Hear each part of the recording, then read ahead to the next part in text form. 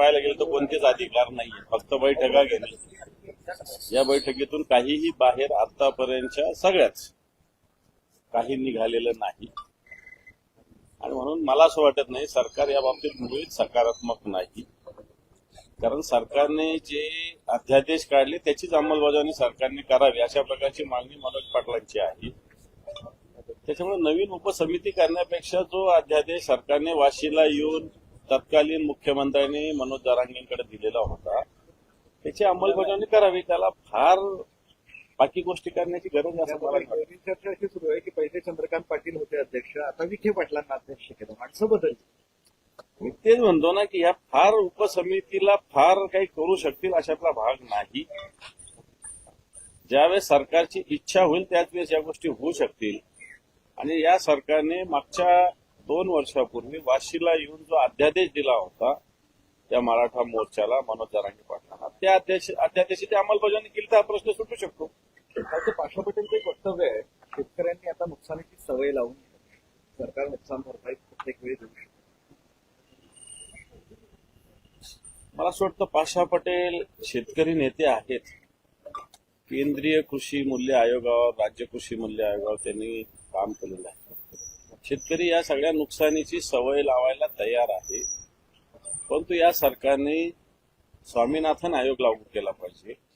या सरकारने शेतमालाला योग्य भाव दिला पाहिजे.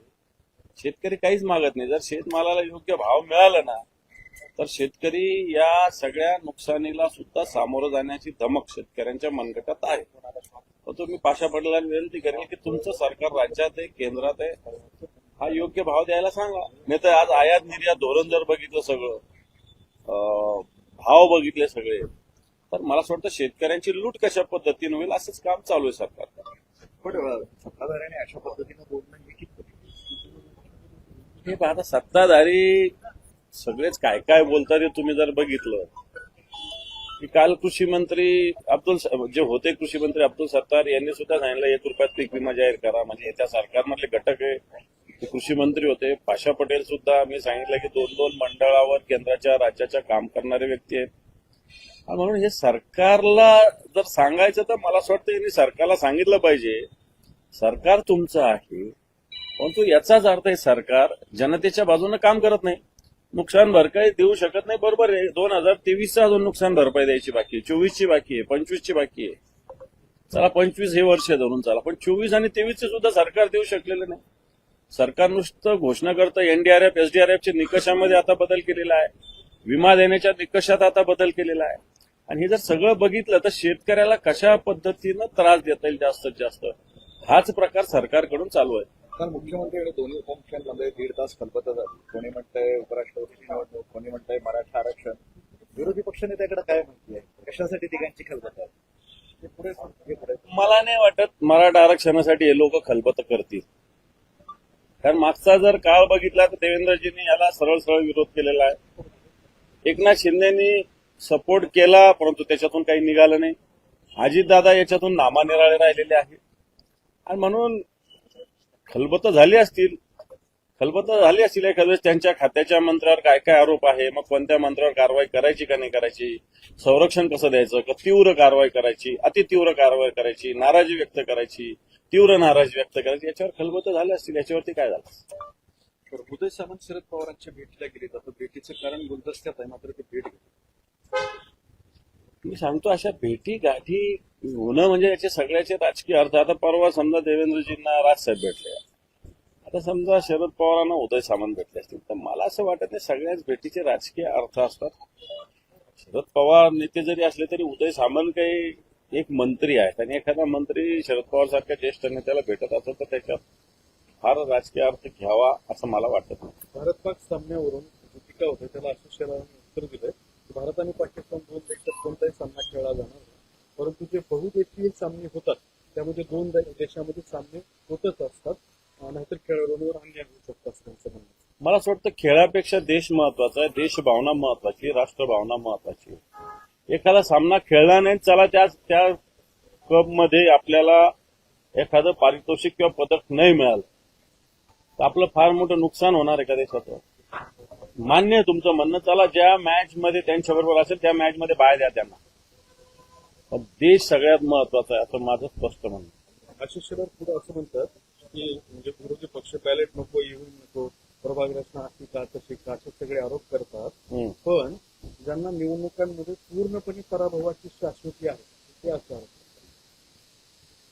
काँग्रेसचं राज्य असताना हेच लोक याच भूमिका मांडत होते.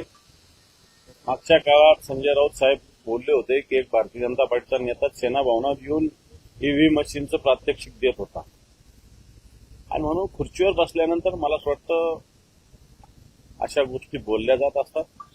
तीच गोष्ट आशिष शेलार हे बोललेले. संजय राऊत ट्रम्प म्हणजे संजय राऊतांनी नोव्हेंबरमध्ये जेव्हा पत्र लिहिलं तर आशिष शेलार म्हणतात की संजय राऊत डोनाल्ड ट्रम्पलाही पत्र लिहू शकतात. लिहू शकतात कारण त्यांच्या पत्राची दखल घेतली जाऊ शकते. त्याला काय प्रॉब्लेम.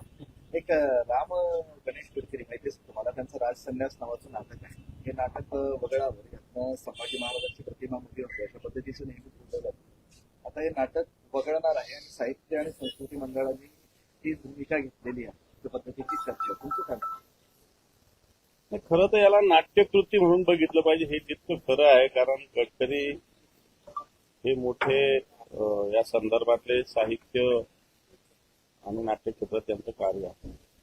परंतु असं असताना संभाजी महाराज हा एक राष्ट्राभिमान आहे, धर्माभिमान आहे आणि यांच्यावर लिहित असताना निश्चित आधीच्या काळामध्ये अन्याय झालेला आहे. तो अन्याय दूर करण्याचा प्रयत्न जर आता होत असेल तर मला असं वाटत नाही त्याच्यात फार काही वावगा आहे.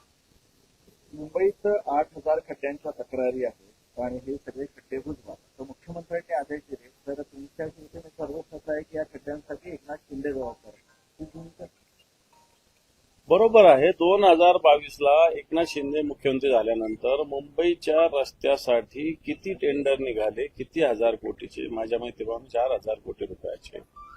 मुंबई महापालिकेचं जे डिपॉझिट आहे ते सुद्धा तोडलं गेलं. आज मुंबई महापालिका कर्जबाजारी आहे. जर 2022 यांचे भाषण बघितले तर 1 वर्षात मुंबईचे रस्ते चकाचक करू सांगितलं होतं. आता सरकारने 8,000 मोजलेले, फक्त मोजलेले 8,000, अजून न मोजलेले किती असतील सांगता येत नाही. आणि याला तत्कालीन मुख्यमंत्री नगरविकास मंत्री जबाबदार आहे कारण रस्ते बनवण्याच्या ऐवजी कॉन्ट्रॅक्टरांनी या मुंबईची आणि मुंबईच्या रस्त्याची पूर्णपणे वाट लावली. प्रभाग रचना जाहीर झालेली आहे त्यामध्ये अनेक ठिकाणी भूल असल्याचे आरोप आणि आक्षेपांवर सुनावणी व्हायची आहे पण आरोप सुरू आहे. नाही, प्रभाग रचनेमध्ये निश्चित राजकीय इंटरफेअर कमिशनर लेवल पर्यंत सुद्धा झालेले आहे. महानगरपालिकेचे जे आयुक्त आहे यांनी सुद्धा राजकीय इंटरफेरन्स नंतरच प्रभाग रचना केली. नगर विकास विभागाने सुद्धा याच्यामध्ये स्वतंत्रपणे पुन्हा फेरफार केला आणि नंतर निवडणूक आयोगाकडे सोपवलेली आहे. आता या सगळ्या गोष्टी केल्या सुरुवातीला महानगरपालिका असेल, नगरपालिका असेल, जिल्हा परिषद असेल यांच्या अधिकाऱ्यांनी. नंतर याच्यात भर टाकली ग्रामविकास विभाग आणि नगर विकास विभागाने आणि आता याच्यात शिव्या खावा लागणारे निवडणूक आयोगाला. आणि मला असं वाटतं आधीच्या काळात निवडणूक आयोग अशा पद्धतीने प्रभाग रचना करत होतं. राज्य सरकारने स्वतःकडे अधिकार घेतले. स्वतःकडे अधिकार घेत असताना राजकीय दृष्ट्यानं सोयीचं कशा पद्धतीनं होईल असे प्रयत्न केले. म्हणून याच्याविषयी निश्चित प्रभाग रचना काल काही ठिकाणी जाहीर झाली, काही ठिकाणची व्हायची बाकी आहे. निश्चित जनता या संदर्भात ज्या ज्या ठिकाणी असं इंटरफेरन्स झाला तर तिथं ऑब्जेक्शन घेतील. त्याला काय फार वेगळं याच्यातला काही भाग नाही, प्रोसेस आहे. जयकुमार गोरेने शरद पवारांवरती बोलणी टीका केली. म्हणतात की शरद पवारांकडून आयुष्यभर मतांची चोरी करून घर भरायचं काम केलं. पवारांनी आयुष्यभर लोकांचा वापर करून